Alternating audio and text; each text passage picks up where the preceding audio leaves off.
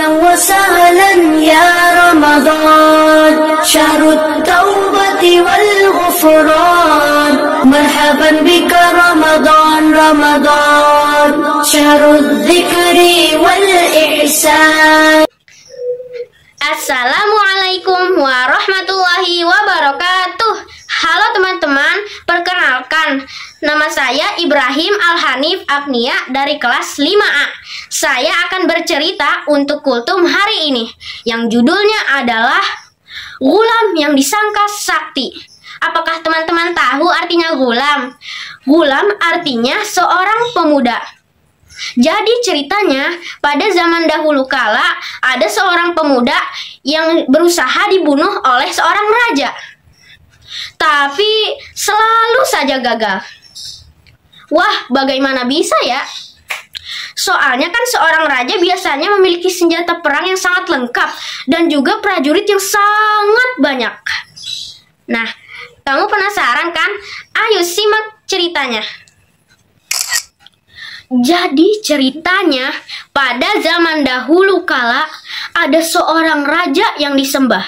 Raja tersebut terkenal sangat bengis dan sangat jahat. Semua penduduk di bawah kerajaan tersebut harus menuruti perintahnya. Konon, di tengah-tengah penduduk tersebut terkenal seorang pemuda yang Allah berikan karomah untuk menyembuhkan berbagai macam jenis penyakit seperti belang, bisu, dan yang lainnya. Itulah si Gulam. Karena si Gulam dapat menyembuhkan berbagai macam penyakit, jadinya banyak orang yang mendatanginya, termasuk teman duduk sang raja yang tidak bisa melihat alias buta.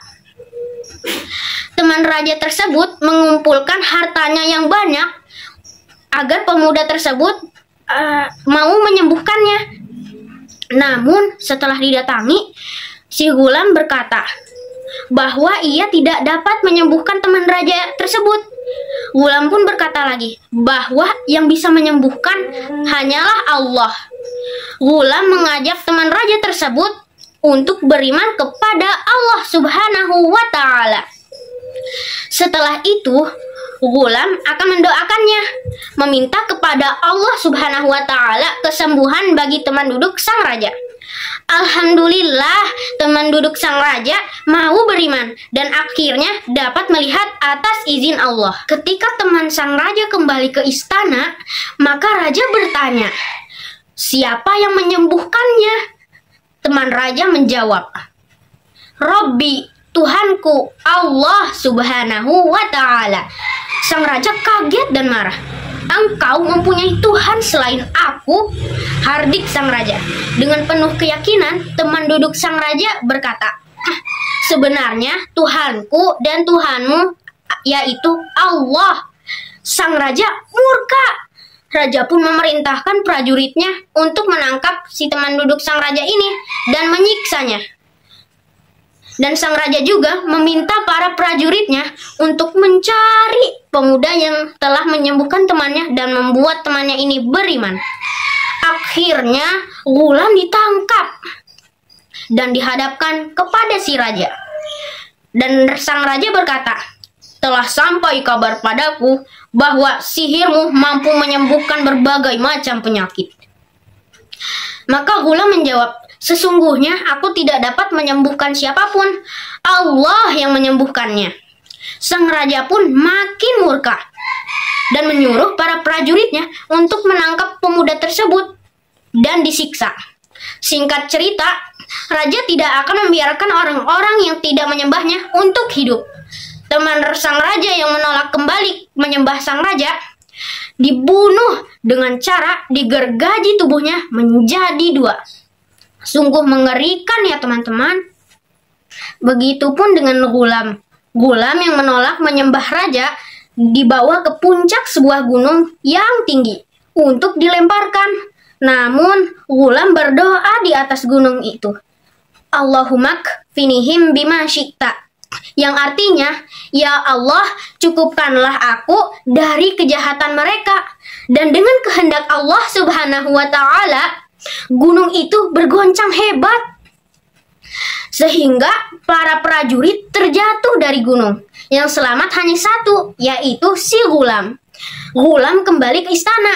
Raja terheran-heran. Apa yang dilakukan para prajuritku? Kata raja. Ghulam menjawab, Allah telah mencukupkanku dengan penjagaan Allah. Raja yang marah besar menyuruh para prajurit lainnya untuk membawa si Ghulam ke tengah lautan yang sangat dalam. Di atas kapal yang membawanya ke laut, Ghulam kembali berdoa kepada Allah Subhanahu wa taala. Allahumma kfinihim bima syi'ta. Maka dengan kehendak Allah, kapal yang dinaiki para prajurit dan si Ghulam karam. Lagi-lagi hanya Ghulam yang selamat. Ghulam pun kembali ke hadapan sang raja dan berkata lagi, Allah telah mencukupkanku dengan penjagaan Allah. Lalu dengan berani dia berkata lagi kepada si raja, wahai raja, kau tidak akan pernah bisa membunuhku sebelum engkau melakukan perintahku. Apa itu? Ucap si raja.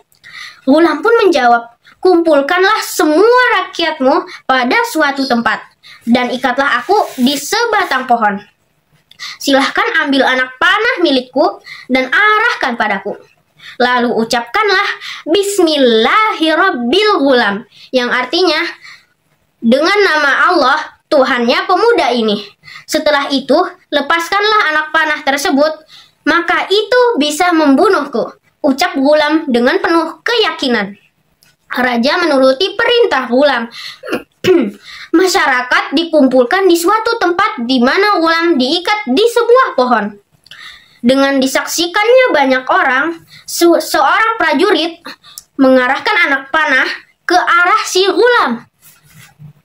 Anak panah tersebut dilepaskan dengan menyebut nama Allah Subhanahu wa taala. Dan anak panah tersebut berhasil mengenai Ghulam. Ghulam berhasil dibunuh. Ghulam menjadi syuhada atas izin Allah. Namun yang terjadi setelah itu sangat tidak disangka-sangka. Yang terjadi setelah itu sangat mengejutkan. Orang-orang yang menyaksikan kejadian tersebut berkata riuh, Amanna bi rabbil ghulam, amanna bi rabbil ghulam, amanna bi rabbil ghulam. Yang artinya, saya beriman kepada Tuhan pemuda ini. Sang raja semakin menjadi kemarahannya. Maka sang raja memerintahkan untuk dibuat parit atau yang disebut juga ukhdud. Dibuatnya di persimpangan jalan.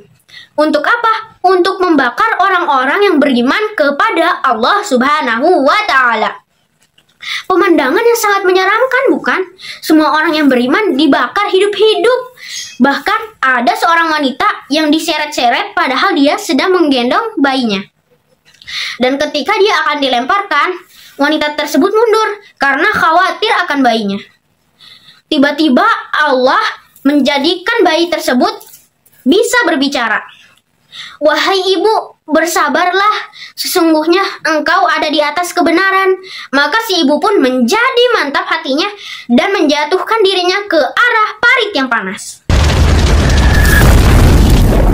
Masya Allah teman-teman, ternyata Ghulam tidaklah sakti. Namun dia dilindungi oleh Allah Subhanahu wa ta'ala karena ia meminta perlindungan kepada Allah. Keteguhan Ghulam dalam mengamalkan dan menjaga agama Allah menjadi jalan keselamatannya. Ayo teman-teman, kita belajar menjadi seorang pemuda yang teguh dalam beragama.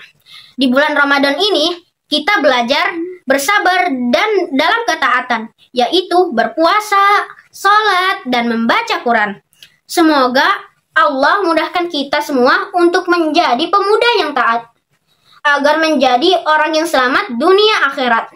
Allahumma a'inni ala dzikrika wa syukrika wa husni ibadatik. Allahumma amin. Teman-teman, cerita tersebut adalah kisah nyata, bukan dongeng semata ya. Kisah ini telah dikisahkan oleh Rasulullah Sallallahu Alaihi Wasallam kepada para sahabat dan diriwayatkan oleh sahabat yang mulia Suhaib Ar-Rumi radhiyallahu anhu dan ditulis oleh Imam Muslim dalam kitab Sahih Muslim. Kisah ini disebut sebagai kisah Ashabul Ukhdud di dalam surat Al-Buruj ayat 4 sampai ayat 11. قتل أصحاب الأخدود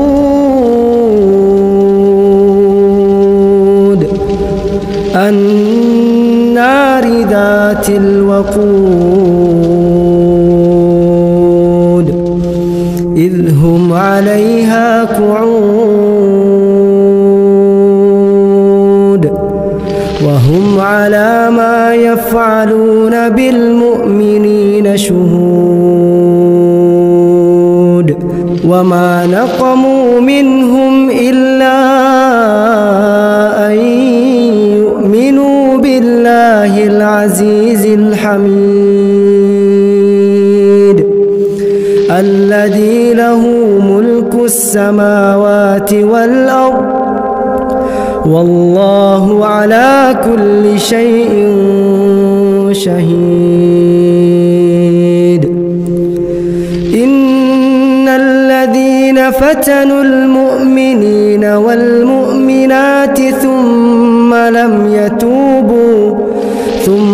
لم يتوبوا فلهم عذاب جهنم ولهم عذاب الحريق